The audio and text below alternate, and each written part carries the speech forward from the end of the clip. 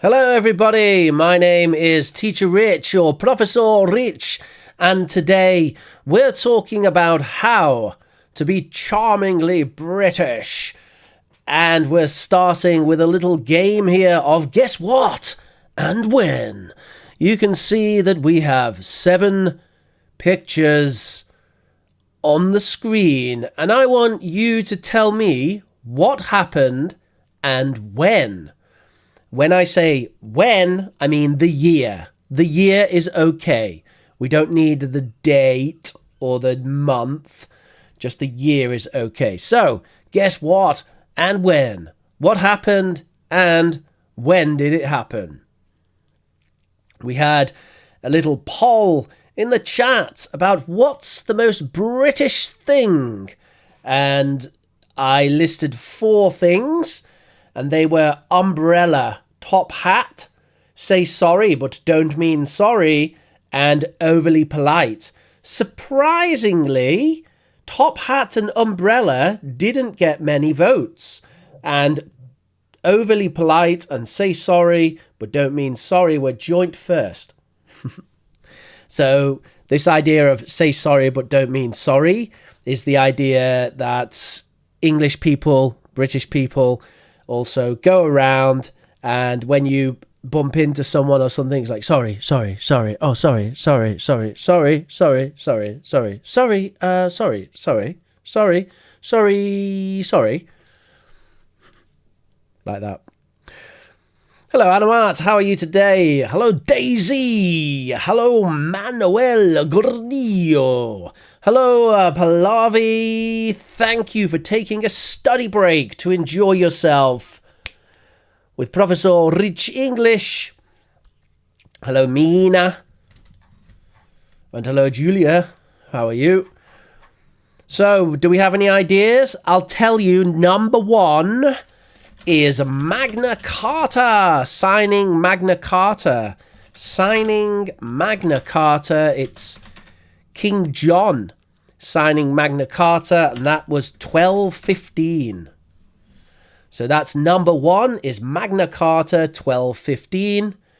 You now have 2 minutes to look at the others and type your answers in the chat. The chat is on PC. It's over there. See, sometimes my camera is mirrored and other times it's not mirrored. So it changes where the chat is. But on PC, it's normally over there. And on mobile, down there.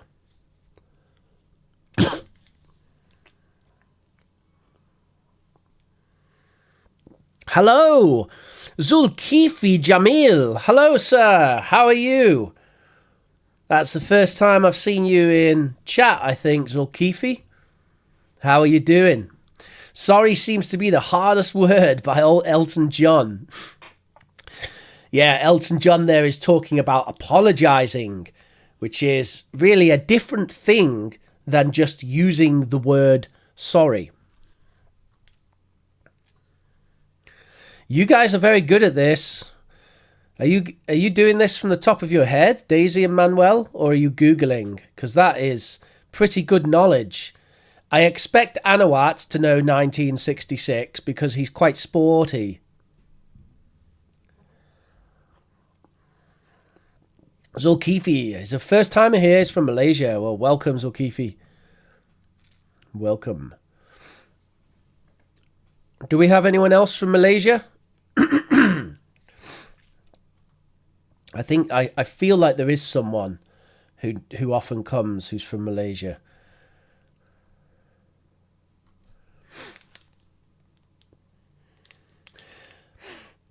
You're not quite right about number 6, Manuel, but it's a good guess.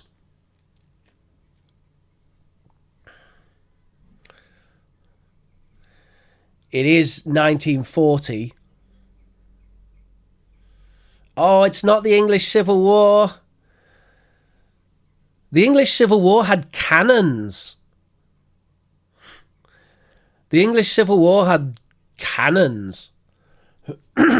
I'm not so sure now, Manuel. You're making me guess myself. Hang on.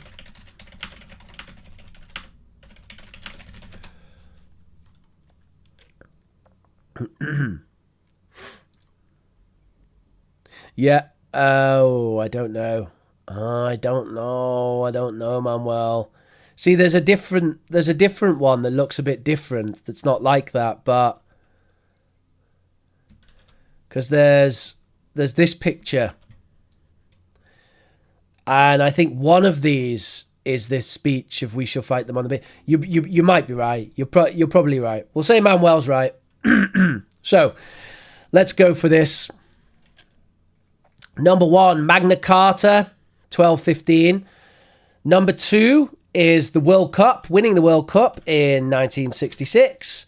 Number 3 is the coronation of Elizabeth II, who will probably go down as one of the most successful monarchs that we ever had. Number 4, does anyone know number 4? No. Great Fire of London.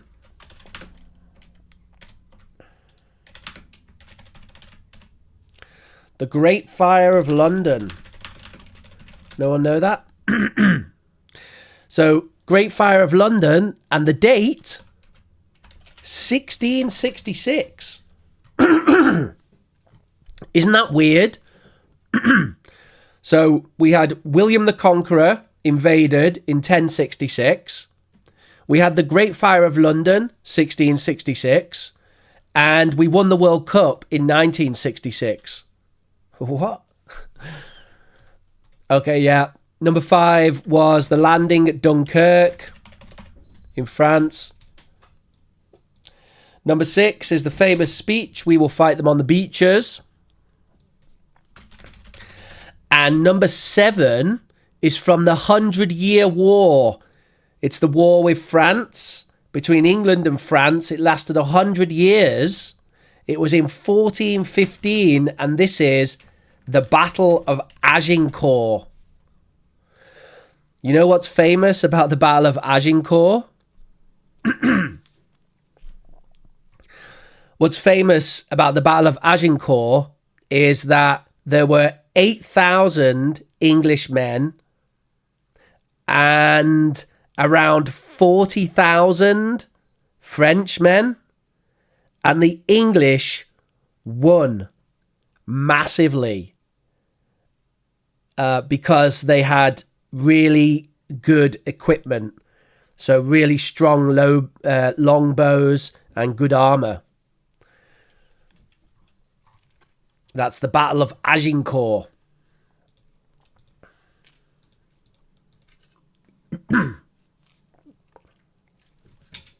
Right then. Oh, I missed fire. The Great of London. The Great Fire of London. Right, let's move on. So here's today's plan. Oops. Oh, no. Oh, look, I forgot to write the plan today. Okay, let me do that. So,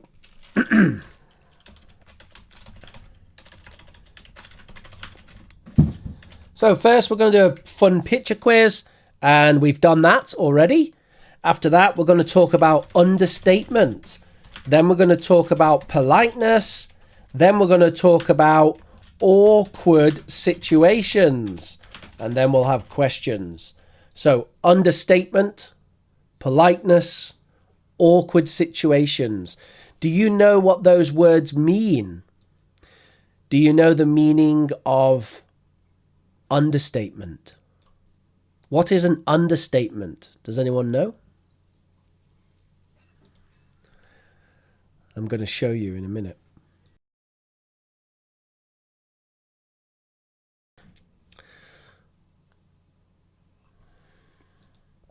Let me show you an example. So here we have a dead garden. And we have at the bottom, what does that say? The garden could do with a bit of water, darling. I think the garden could do with a tad more water. It is possible the garden requires a drop of hydration. Wouldn't you say, darling?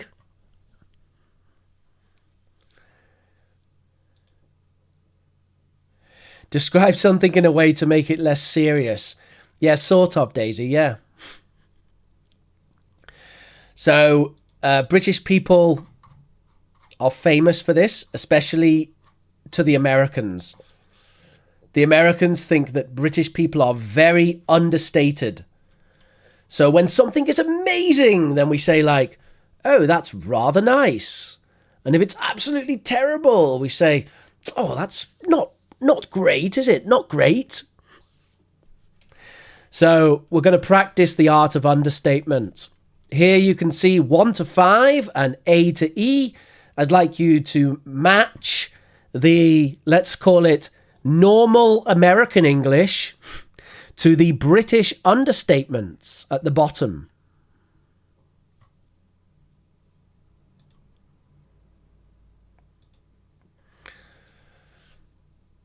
And you'll see there's a bit of an Easter egg with this, perhaps an unintentional Easter egg.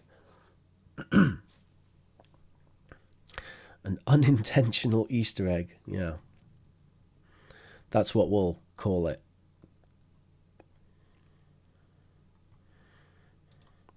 Do you know what all these words mean? Nippy, cutting edge, a bit of a pickle, a bit of a pickle. Do we know what these things mean?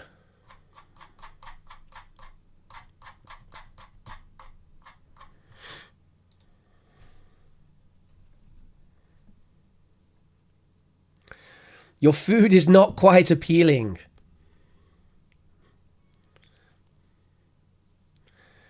It's like if you directly eat a raw chili. Directly eat a raw chili. Oh, I say, this is a tad spicy. So Zulkifli says, understatement is something, the words we use are indirect to keep harmony, not to cause hurtful emotions. That's basically it, Zulkifli. Understatement is a bit more than that. What you're talking about is actually called hedging. And hedging is a more usual way of understatement. So when you understate, then you do it excessively and it's almost comedy, right? Hedging is just general politeness. So with hedging, you would say, for example, I'm not so sure that's a great idea. And what you actually mean is, I think that's a bad idea. Yeah. So hedging is like a mild form of understatement that we use to be polite, particularly in British English. Hello, Romelia.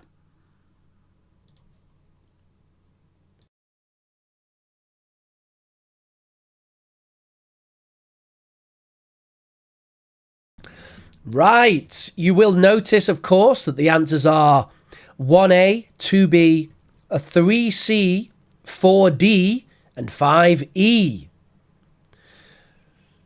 So I'm going to say these sentences in case you would like the pronunciation.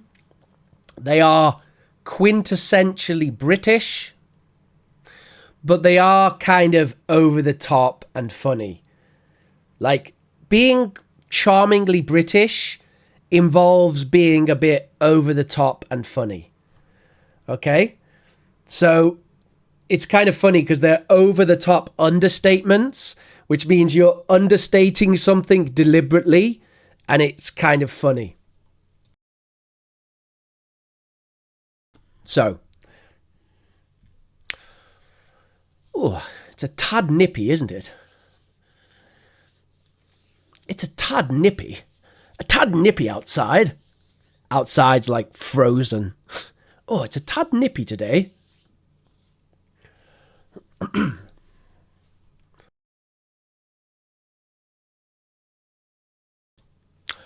Intriguing. It was funny. I had this moment when I was doing an examiner training course with an American teacher, and he said to everyone in the group, he said, "I'm excited to get going. I'm excited to get going." And I said, "I'm intrigued to find out more." And he said, "That's the perfect British-American contrast."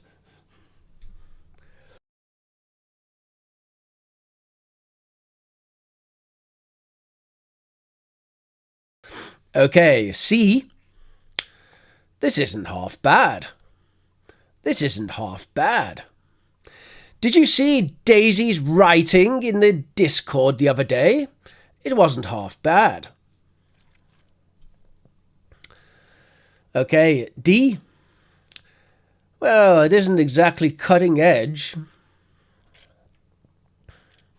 Manuel Gordillo's computer isn't exactly cutting edge.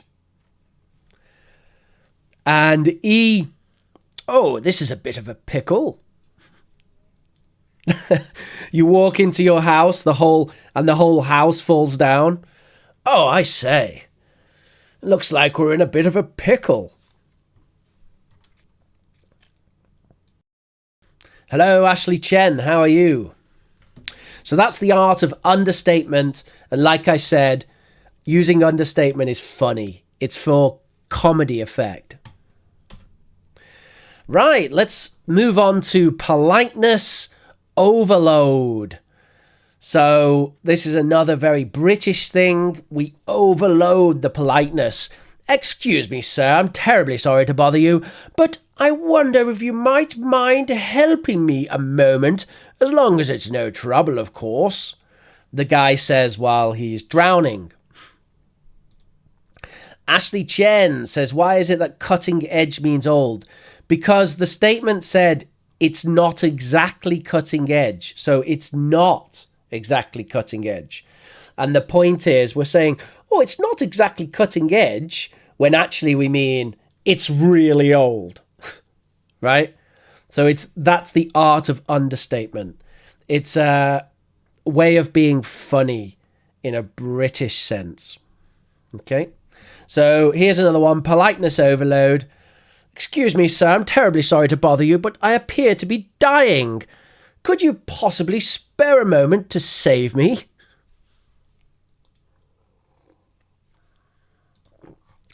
So we're going to have a little bit of a look at politeness overload.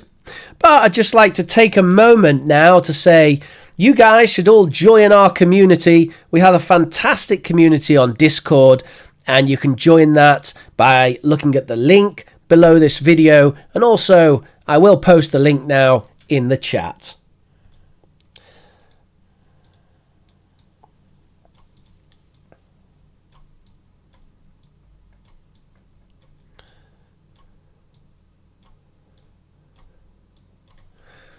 All right. Okay, so politeness overload. Here we have situations at the top. 1, 2, 3, 4, 5. We have situation, and I want to know what is the appropriate phrase to say from the phrases below.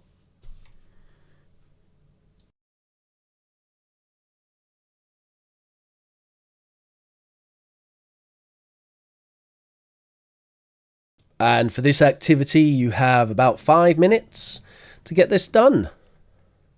Did you understand that, Ashley Chen? Are you on our Discord, Ashley? Oh, yeah, you are.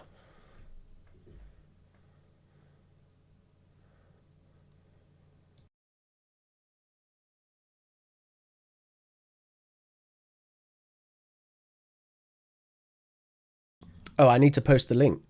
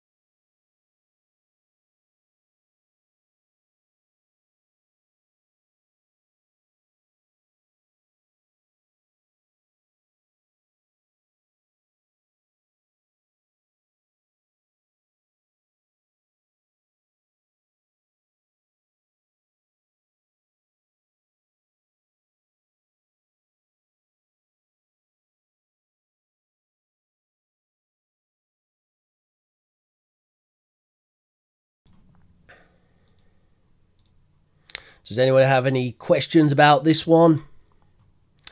So you walk into someone by a mistake. You walk into someone by mistake. This happens sometimes. And it's not only walking into someone, but if you just touch someone by mistake. So any kind of physical contact, right? Like you kind of touch someone with your shoulder or with your arm, it kind of hits someone a little, right? By mistake. Doesn't have to be hard, just a little dunk. Then you should say, oh, I'm so sorry.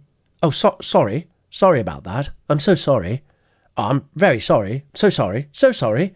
So sorry. Oh, sorry. Oh, sorry about that. Normally there's a kind of an ooh as well. Like a sorry about that. Oh, sorry about that. It's like, it's not quite oops. It's kind of like, ooh. That's what people say. So not quite, it's not like a full oops, right? But it's like, ooh. Oh, sorry about that. Oh, sorry. Oh, sorry there. Oh, sorry about that. You could have her as well. But I think the normal one is people kind of say oop. Oop, sorry about that. Oh, sorry about that. Oh, sorry about that. Oh, sorry. Oh, sorry. Oh, sorry. Oh, sorry there. Oh, sorry. Oh, sorry about that. Oh, sorry. Okay, I feel like I'm going a bit crazy. Fantastic. So, one is seat.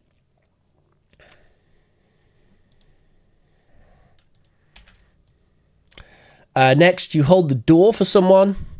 After you. Please, after you. No, after you, please. Please, after you. After you. After you, please. Please, after you. After you, please. Please, after you.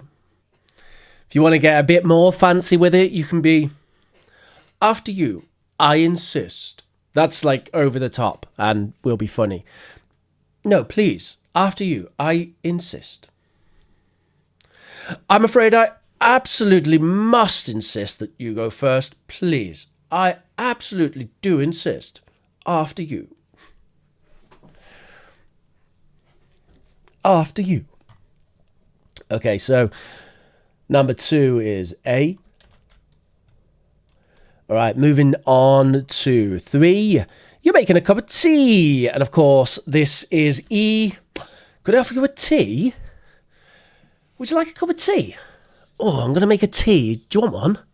Hello there, Son John. Carlene, how are you? And Domenico. Hello, Domenico. Cup of tea, anyone? So in more informal way. Cup of tea, anyone? Cup of tea? Anyone fancy a tea? Fancy a cuppa? Anyone want a tea? Could I trouble you for a... No, that's the wrong thing to say. The right way would be, I'm about to make a pot of tea. Would anyone... What's the most polite way of saying this? Would anyone care for a cup of tea? Would anybody care for a cup of tea? Daisy, would you care for a cup of tea? Okay. All right, wonderful. Moving on to 4. You pay. So this is interesting. You pay for your shopping at the supermarket. So when you pay, I'm inclined to believe that politeness in Brits is a myth. It's not. It's not. What it might be, Manuel, is it might be changing, especially in London. It's changing, but it's not a myth. It's real. It's real. It's just that I think in the cities it's changing, and especially London. So perhaps in your experience it's been a bit different. Oxford also, because Oxford's so touristy. So if you go to Oxford, you know, they're used to having tons of tourists.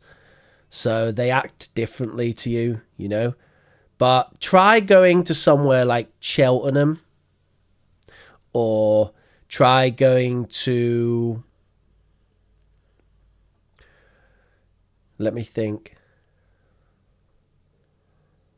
Try going to Surrey. or Canterbury or something like that. But it might be changing. Is it true that Britons consume the most amount of tea?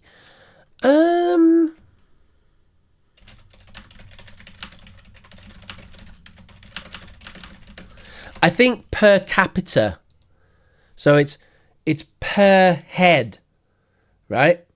Because China and India have way more tea than the United Kingdom because they've got like 1 billion people, right? But per capita, that's per head, the UK is in the top 3. So it's between Ireland, Turkey, and the UK. And they kind of change places a lot, who's in the top spot. And that's per capita. Per capita means per person.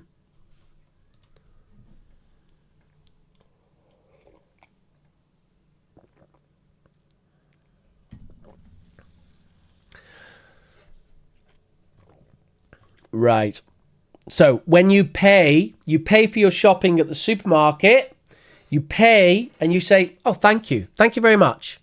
So people find this funny that when we pay, I give you money, right?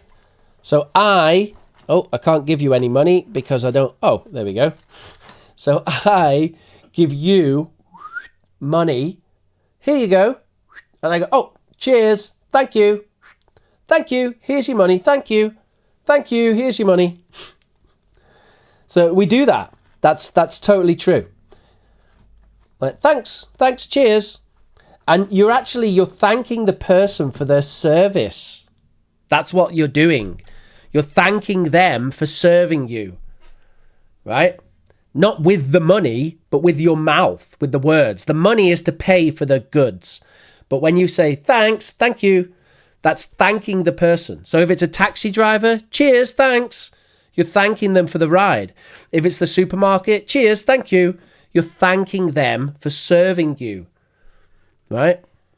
So that's what it is. Yeah, you say thanks when you get your change back as well, Daisy. But you also say thanks when you pay. So you say thanks both times. That's what people find strange about British culture. We say thanks with both. So we say cheers, thanks, and then you get your money. Cheers, thanks, like that. Thank you. Cheers. Cheers. Thank you. That's how it goes. So I'll say it twice, when I give and when I get the change. Cheers. Thank you. Thanks. Cheers. And notice the tone's a bit different, right? Cheers. Thanks. Thank you very much. Cheers. Okay. All right. Moving on. Number 5, you want to ask a question to someone in the street. And we have the most polite way to do this. Could I trouble you for a moment? Oops. I can see that. Oh, no. I thought I made a mistake then. Could I trouble you for a moment? Wonderful. Sorry, could I trouble you for a moment? Hello, could I trouble you for just a moment? This is mega posh, mega polite, so you could take it down a notch. But if you want to be ultra posh polite, sorry, could I trouble you for a moment?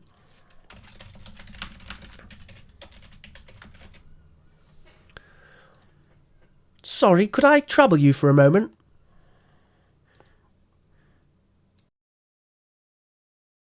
If you want to take it down a notch, then you could go for, sorry, could I ask a quick question? Or, excuse me, do you know where the bank is? Excuse me is okay. It's mainly about the intonation. Sorry, could I ask a quick question? Excuse me, sorry, excuse me, sorry, could I trouble you for just a moment? Sorry, I don't suppose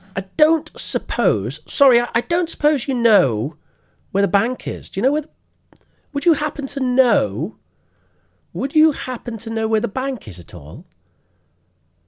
Sorry, would you happen at all to know where the bank is? Okay. All right. Great. Any questions about this? Or should we move on? Move on to our next one, which is handling awkward situations. So for this, we need to talk about handling and awkward. So handling means managing, means you're able to deal with it. It means you can cope with it. And awkward means a bit embarrassing, a bit cringy.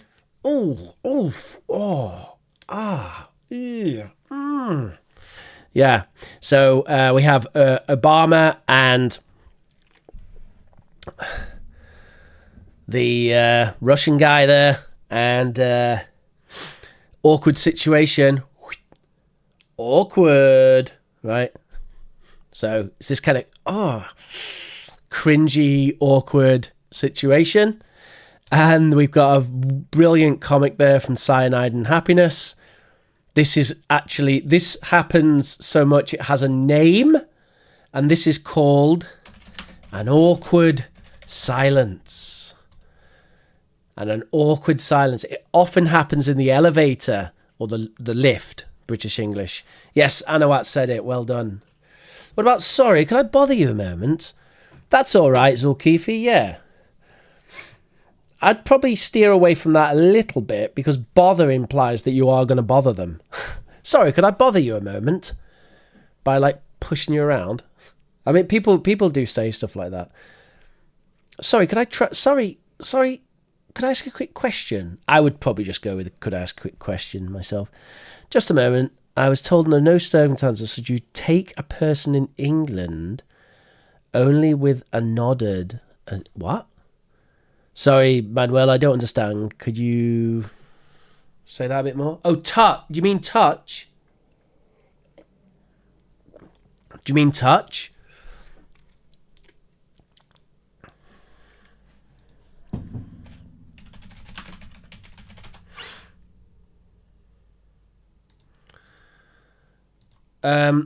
The only place that you should touch a stranger in England is on their hand when you give them a handshake.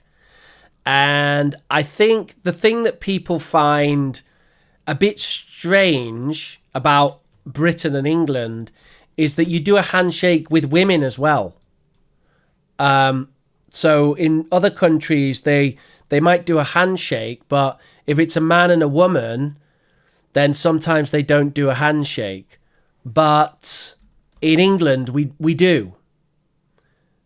And, you can even see the Queen doing it. Kind of a slightly different version. But I think the guy's looking a bit awkward there. He doesn't know what to do. But, yeah. The handshake is a universal greeting in England for sure. What about a fist bump? Yeah, loads of people have been doing that now, Daisy. I can't say that I'm massively into that. I very rarely offer a fist bump, but if someone offers me one, then I'll normally take it rather than leave them hanging. So, yeah, we do. Yeah, but I prefer a handshake. I think a fist bump is a bit too, yeah. Hey, bruh. Yeah, all right. It's like, all right, okay. Mr. Cool. Is it normal practice to do a handshake at first meeting? Yes. Yes, 100%, Zulkifli. It is. That is the most normal thing to do at a greeting. Is to do a handshake if you're being introduced. Cheers, buddy. Pleasure to meet you. That kind of thing. Yeah, it's very, very, very normal.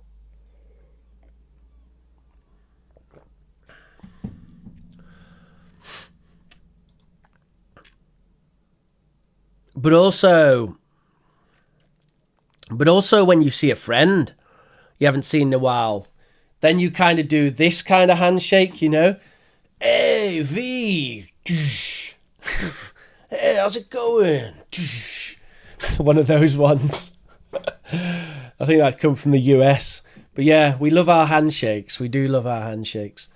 All right then, so awkward situations. I'm going to show you an awkward situation, and I want you to tell me how to handle that in English.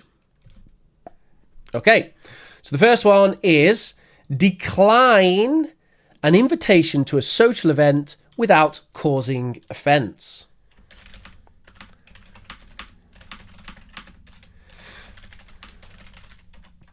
So decline an invitation to a social event without causing offence.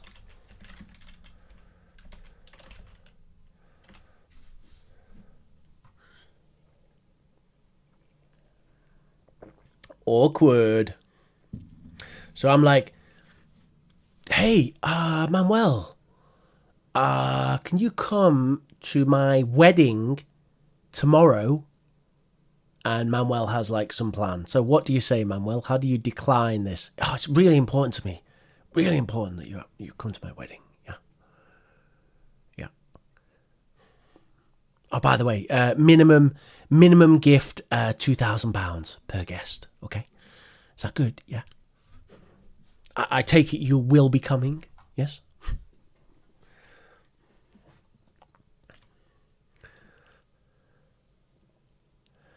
Pallavi doesn't have Wi-Fi signal. Maria del Carmen said I had a meeting at the same time. Hello, how are you doing, Maria del Carmen? I'd say your full name because I know Spanish people sometimes they want like the full thing, right? Like I remember there was someone called Maria Jose, and I said, hey, Maria. And she's like, yo no soy Maria, soy Maria Jose.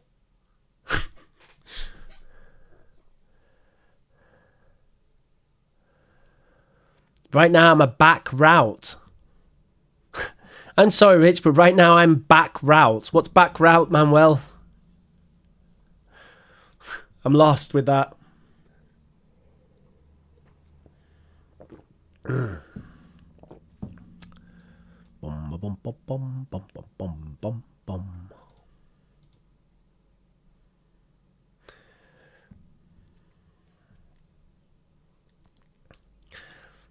I'm afraid for this time. Let's have a look at Zulkifli. He says, thanks so much for the invitation. I'd love to, but I had an appointment already set. It's pretty good. When did you study in the UK, Zulkifli? And how long for? I can see that you have some experience with British culture. So I'll give you some options here. Here's one possibility.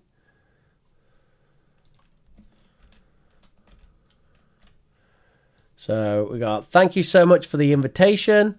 I really appreciate it. Unfortunately, I won't be able to make it this time. Another possibility.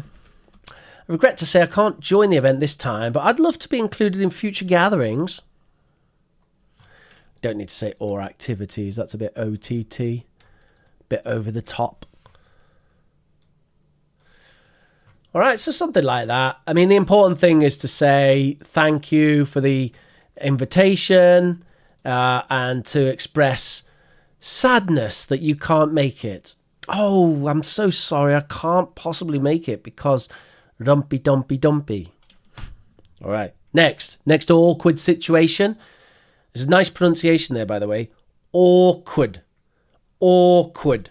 Awkward. Awkward. Awkward. Awkward. Next. Someone brings up American politics over dinner. Awkward. Know about you, man, but that Biden, I just don't know. I think I got him, man. I don't know where I'm going to go, man, with that Biden. He's doing his thing, man.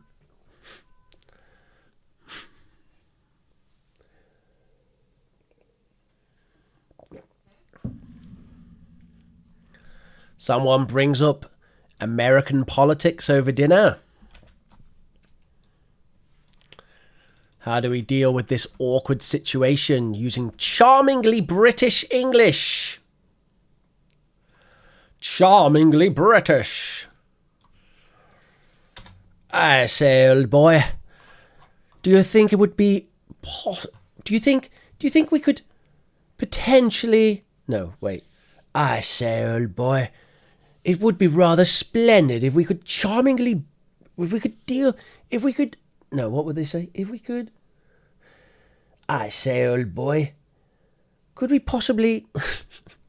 I'm trying to do like a World War II Air Force, British Air Force voice. Chops away, boys.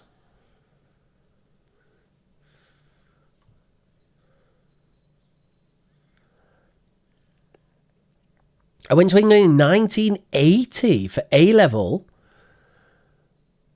Whoa, Zulkifli. You came here in the golden age, man. That's when England was England in 1980, 1982, 85. I tell you, if you come here today, you'll see the place has changed a bit. A lot. Yeah. Yeah, it's a different country to when you were here, Zulkifli.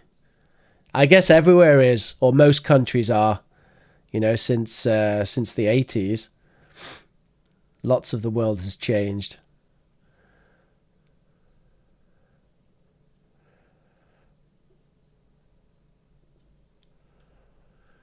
No one have any comments about the silence is the best response, says Daisy. Ha. For the PM was Lady Thatcher. When it comes to politics, the sensitive topics are out of my league. Yeah, speaking of topics about politics.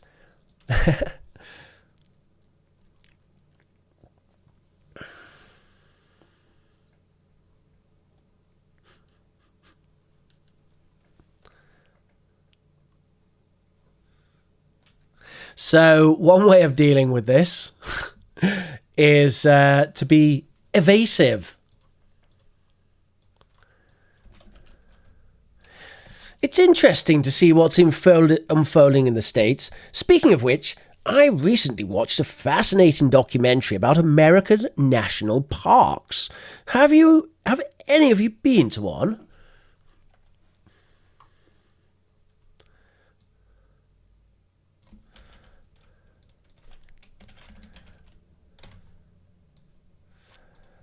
Oh, American politics can indeed be fascinating. By the way, this dinner is excellent, isn't it?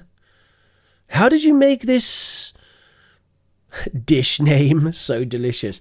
How did you make this spaghetti bolognese so delicious? Oh, American politics can indeed be fascinating. By the way, this dinner is excellent, isn't it? How did you make this beans on toast so delicious?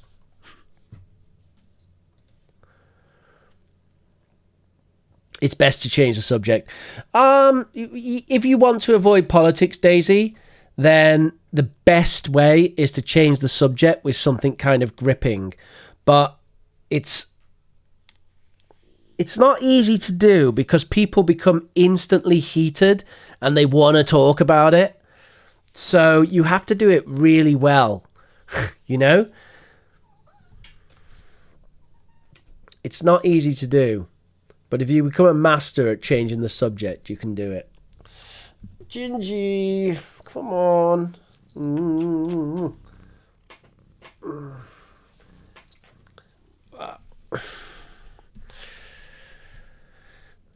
He wants attention. You want attention, don't you, Gingy, eh? Do you want attention? Right, moving on. Donk. Someone brings up American politics over dinner? No. Did I forget to type the other questions? Okay. There are some others. Hang on.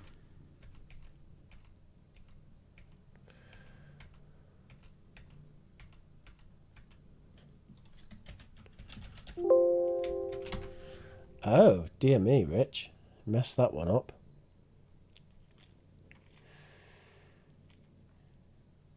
Okay.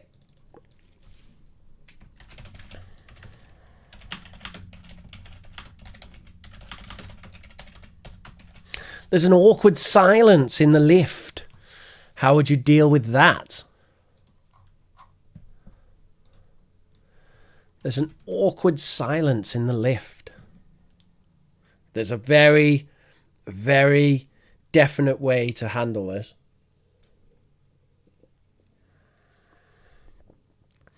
A universal way that I think anyone in the UK would understand.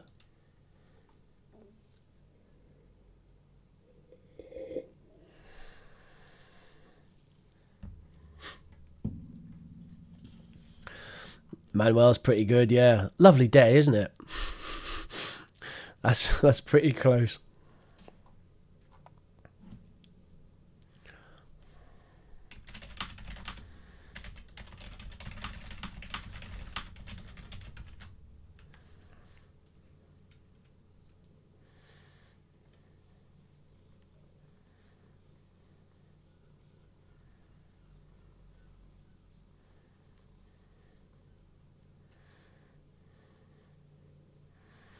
So basically, what people normally do is comment on the weather. And there's a few very common ways to do this. One is to say, oh, it's bloody awful, the weather. Bloody awful weather at the moment. Isn't it? Oh, it's bloody awful weather at the moment, isn't it? Oh, the weather's bloody awful today, isn't it? Oh, it's freezing at the moment, isn't it? Oh, it's so cold. Oh, it's so cold at the minute. Or the other one is, oh, it's lovely outside, isn't it? Oh, it's a great day today, isn't it?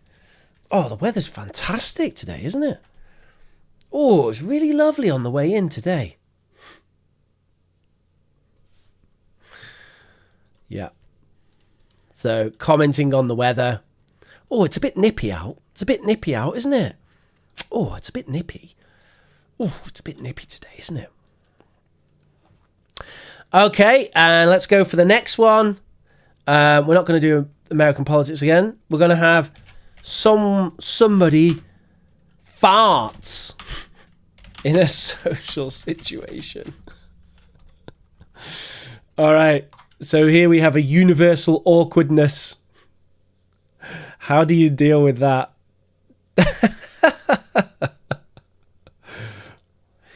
Gingy, look at this little kitty, it's so cute. I'll tell you what, sometimes the cats fart, and you know it when a cat farts. Oh. It's like they just sat there, and then you get this smell, and you're like, oh my word, what have you guys ate?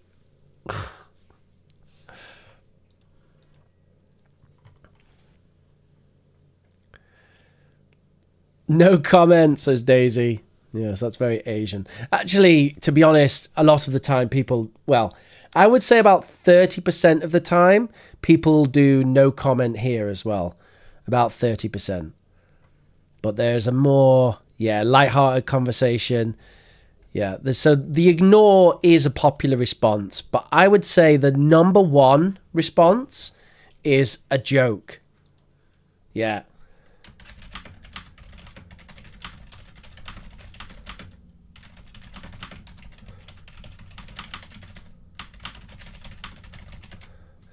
Yeah, I would say that the number one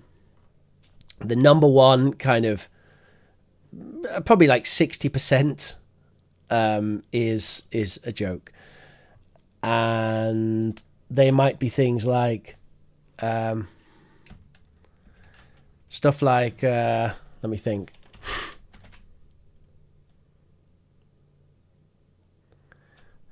So I have a friend who's a Cockney. And if someone farts, he says, easy. Easy. Which means something like, steady on there. As in, like, calm down. Easy. And I've just seen one now. Okay, I don't I've never personally heard this used, but do we rate that as an 8 or 9 on the Richter scale? Oh dear me. So the Richter scale is a scale for measuring earthquakes. Oh, do we rate that an 8 or 9 on the Richter scale? Yeah, so some sort of joke. It's kind of rude to make a joke when someone farts in a social event. Well, sorry, I didn't mean social event, Daisy. I meant like, let's say like in the office at work, or staff room or whatever, right? I mean that kind of situation. I don't mean like, you know, at a formal dinner or something, right? I think at a formal dinner or whatever, then you would probably like move away from the table, go to the toilet or something, you know, to be polite.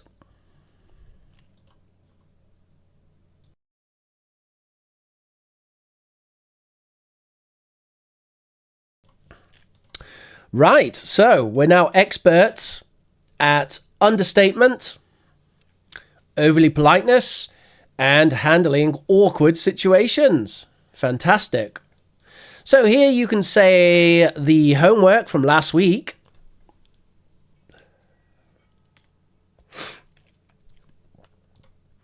And I'll be checking through that. I don't know when I'll be checking through that. I suppose I could have done it today, actually, but never mind. So that's either going to be Saturday or next Wednesday.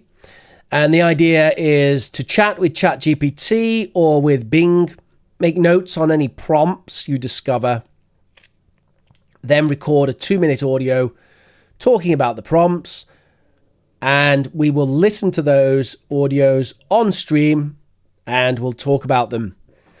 In order to send me your audio, you must join our Discord server. And then you can do the homework and contribute and get feedback and all the rest of it. So join our Discord. Just click on the link, create a free Discord account, and then you have to tick the rules on our server. And after you tick the rules on the server, then you get membership on the Discord. And you can speak with all of our lovely people like Manuel, Daisy, Pallavi, Pavia, Vladimir, Maria del Carmen, and everyone else who hangs out on the Discord. So, that is the class for the day, folks. You can download the lesson notes from today, and if anyone has any questions, I'm now ready to deal with any questions that anyone has about English. So any questions you have, then boom. Give me your questions now. Derek's showed up. Hey, Derek. Yeah, join our Discord, Derek. Why are you not on the Discord?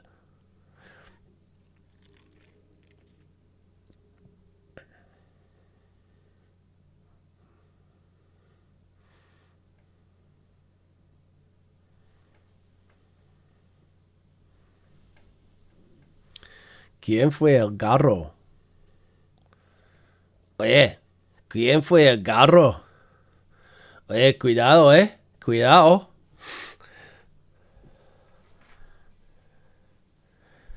Oye, pues...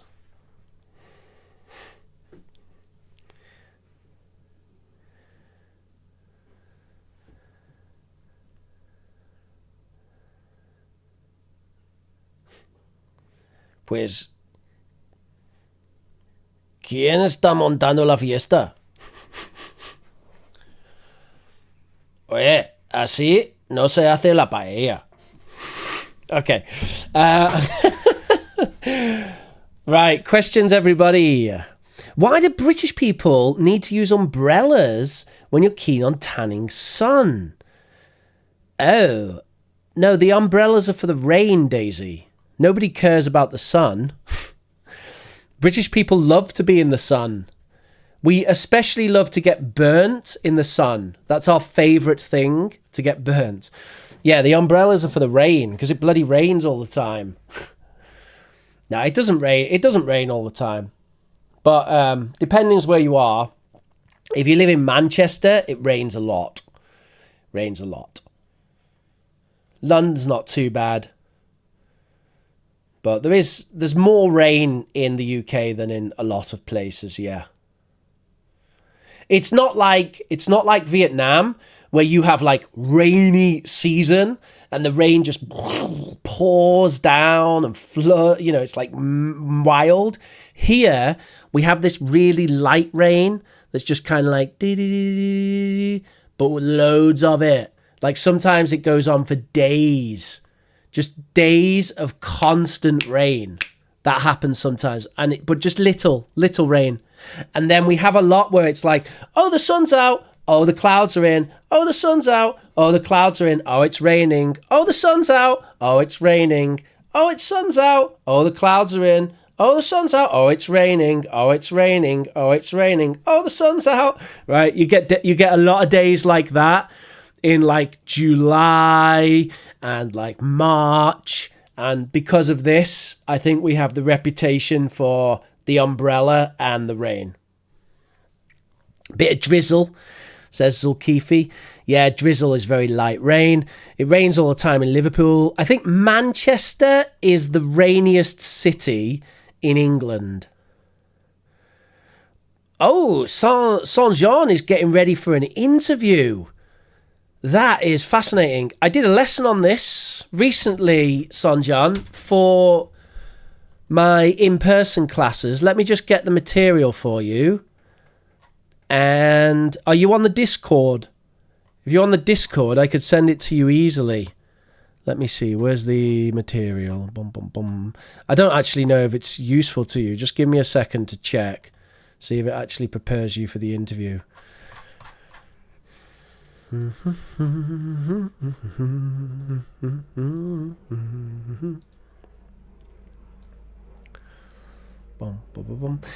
was kind of student led, but it could be good.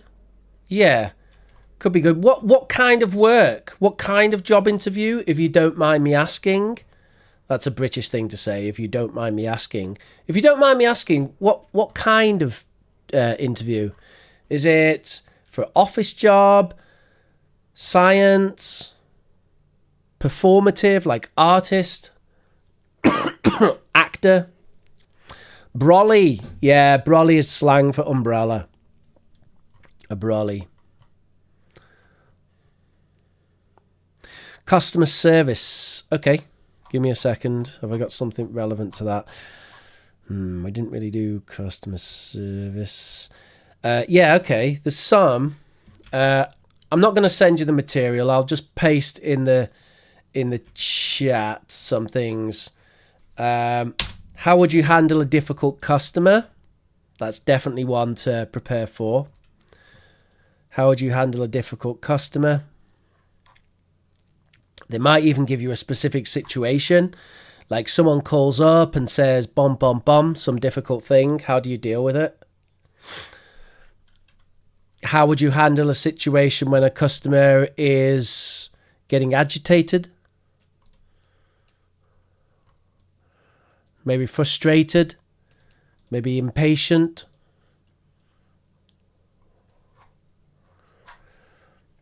Could you talk me through your CV? That's a common question in English. I presume this is an English one. Is it US or British? US or UK, the company?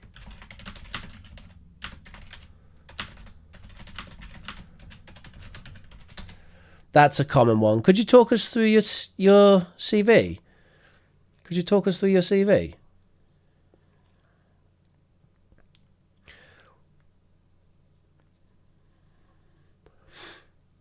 And what they're asking for there is that you highlight work experience and academic experience relevant to the job.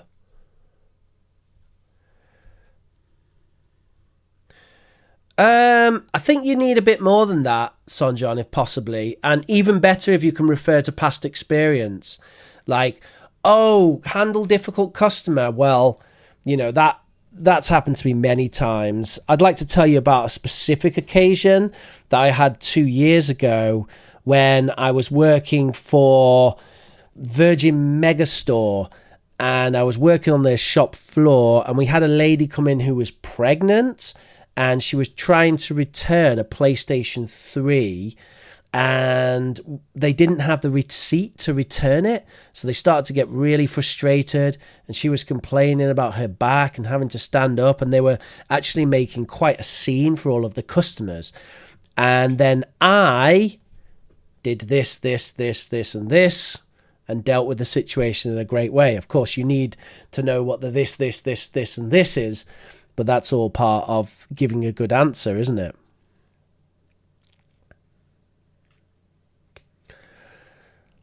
So I'm not entirely sure about US, but with UK interviews, it's good not to give a hypothetical answer like, I would do this, I would do that. It's better to say, oh, I know how to deal with this because this is how I do it, and then give a specific example.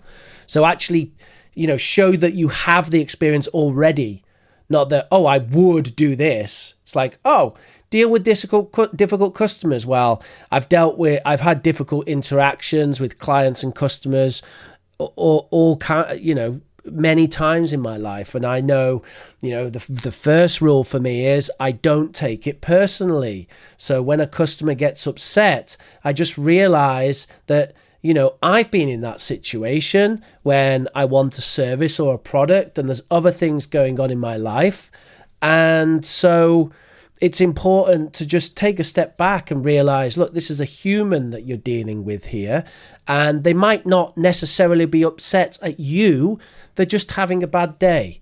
Okay, so talking like that to show that you have the experience or that you're capable of dealing with that.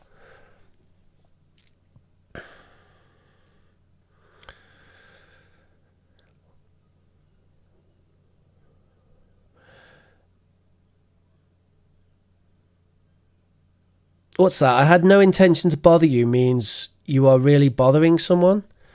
I had no intention to bother you sounds like an apology. What's the function of the language, Ashley Chen? What function do you want? What's the purpose of that phrase for you? Domenico says, could you also provide me material? Right. Maybe I should do a stream on it, Domenico, because a few people are asking. I'll put it in the requests.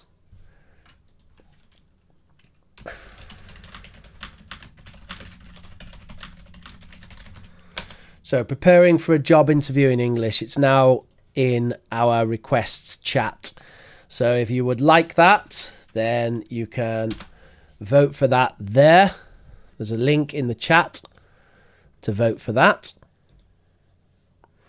You will need access to the server, of course. And to get access to the server, just use the invite message, which I've pasted many times.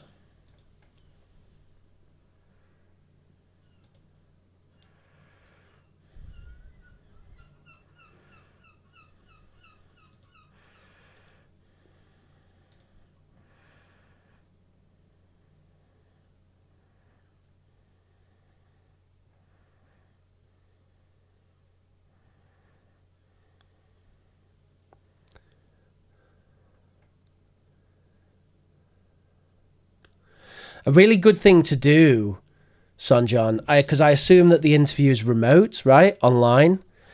A really good thing to do is to prepare an Excel spreadsheet. And in your Excel spreadsheet, you have situation, target, action, result, and then tags. And for the tags, put any tags related to a question that they might ask. Like one tag could be difficult situation, or difficult conversation, difficult customer, right?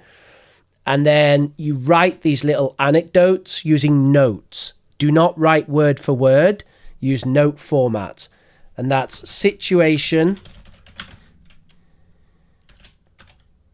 target, action, result, star. It's a popular way of answering, a popular framework to answer competency. Speaking of competency, competency-based interview questions.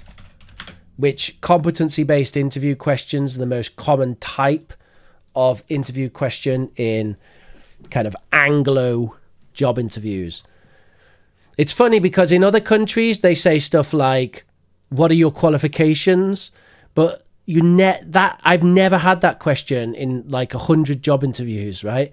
Nobody asks about your qualifications in the UK because they know your qualifications already. You need to tell them your qualifications in the application.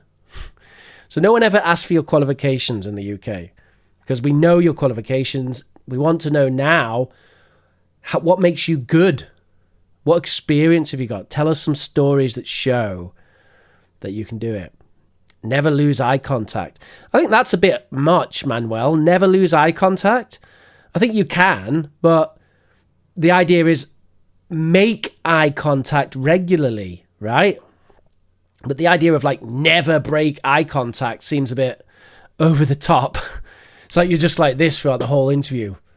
Yeah, I want this job. Oh, a difficult experience, yeah. Oh, let me tell you about a difficult experience. There was this one time I was having a job interview and the interviewee just wouldn't stop looking straight into my eyes. I think you can break eye contact. It's okay. In fact, I think it's important to occasionally break eye contact. But the point is that it's a balance, isn't it?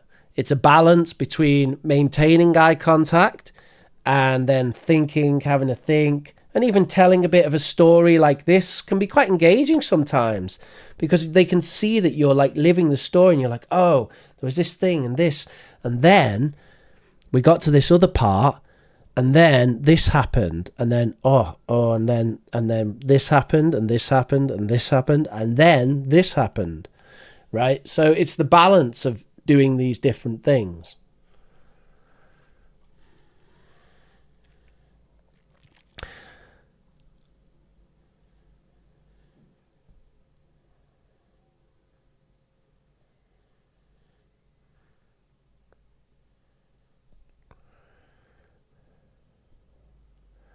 Well, it depends who's doing the hiring, Manuel.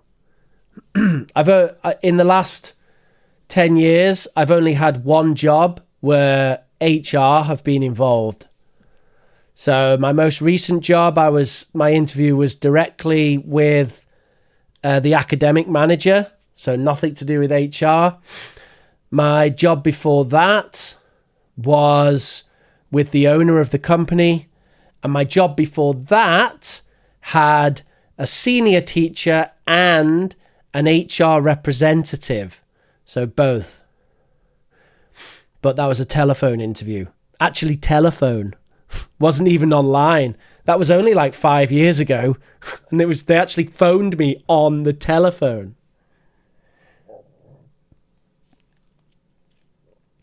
Where can I see the poll for this topic? I told you, Ashley, it's on the Discord. Oh, you're on the Discord. Okay, look, I'll message you. I sent you a message, Ashley. So click that. That takes you to the chat. Then scroll down and you can do a thumbs up reaction to the topics that you want. So you go, donk, I want this, donk, I want that.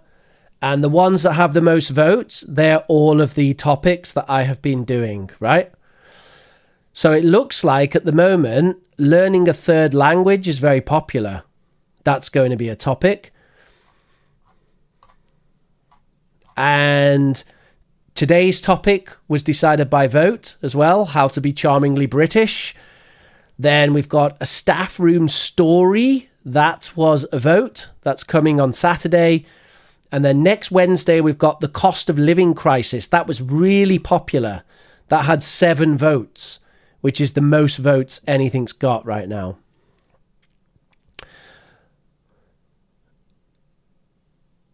you should definitely expect that they'll call you back, Sanjan. Yeah. They almost certainly won't tell you straight away that you've got the job.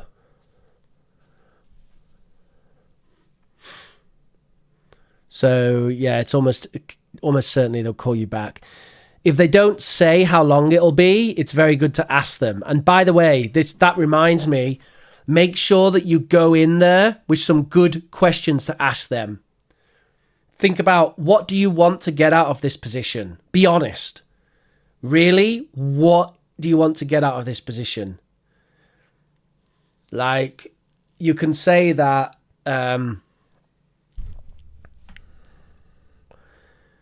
you can say, like, in the future you want to be a sales manager, so you want to improve your interpersonal communication skills over the phone or whatever. But, find a reason, find some questions that you can ask. You can ask things like, do you have any training schemes for developing management skills? Because I'd like to go into management in the future. You could ask, don't ask questions about bonuses and financial stuff. Ask questions that indicate you have some sort of an interest to develop in the role.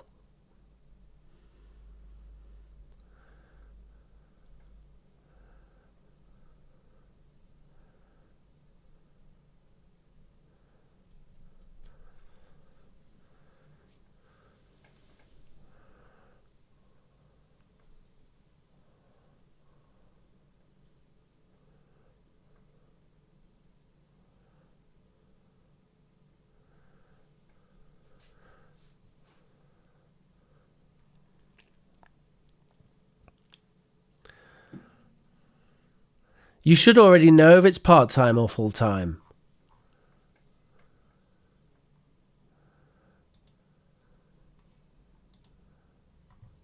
They should say that in the advertisement. Personally, I wouldn't ask about that. I'll tell you what I ask, right? I'll tell you what I asked at my recent interview for this job, which I got, obviously. I asked what opportunities there would be to set up peer observations with other teachers. I asked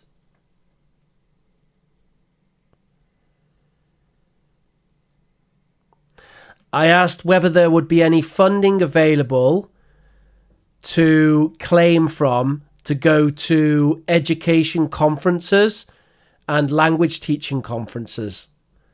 And they said no, but you could see that the question impressed them, because they're like, oh, this guy wants to go to conferences and learn and, find out what's going on at the cutting edge of education. Employers get excited about that mentality.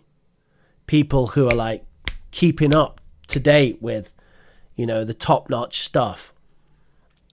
Right, everybody, we're going to wrap up because the stream numbers are dying and everyone's left anyway. So thank you very much. Zulkifli, thanks for joining us today. Thank you very much, Ashley Chen. Thank you, Manuel Gordillo. Daisy, if you're still here, thank you. Julia Hitar, thank you very much for joining us. Thank you, Domenico. Thank you, Anawat. Thank you, Derek Medina, if you're still here. And thank you very much, everyone else who's still here. Do smash that like button. The channel is blowing up. Numbers are through the roof. We're doing great. And we're about to hit monetization on Professor Rich. So thank you very much for all of your support. When we get monetization on the channel, I will be celebrating. I'll do some sort of celebratory stream because this channel has not been monetized in about 11 years. So over a decade without monetization, and we will be back in it. So thank you very much for all of your lovely support, and I will see you again soon. I'd love to play some music as we go out.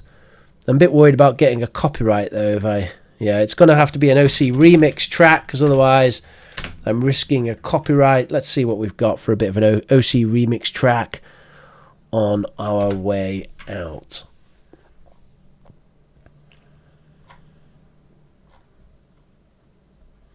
Do you want something to fire you up or something to chill out? Let's get fired up.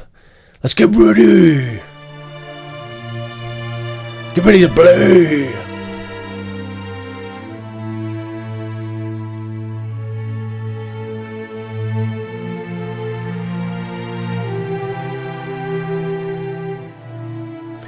The music in the background is Super Smash Bros. Melee. Together We Fly, Fire Emblem Remix by Nabil Ansari.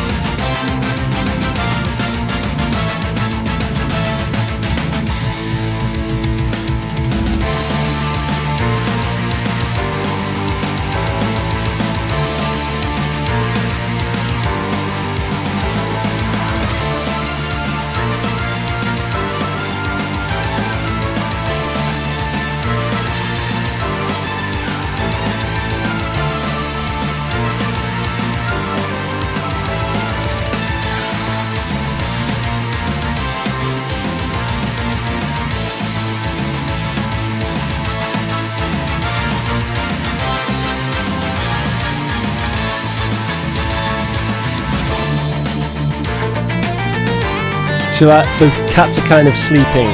Shall I bring them to have a little dance? Oh, I don't want to disturb them. I was going to get them and be like, look at these cute kitties, but I can't. They're sleeping. I'm not going to disturb them. Cheers, everyone. Have a lovely week. And I will see you on Saturday. Come and join us on the Discord. It's great. Oh, I like this. It's feel good, this music, isn't it? Feel good. But that's the idea, actually. This music in the game Fire Emblem, it plays when one of the enemies, like, talks to one of your team members. It's like, wait a minute, don't I know you? Oh yeah, we were like friends years ago. We can't fight. I guess I'll have to join you instead. And then they join you and it plays like this heroic music. It's fantastic.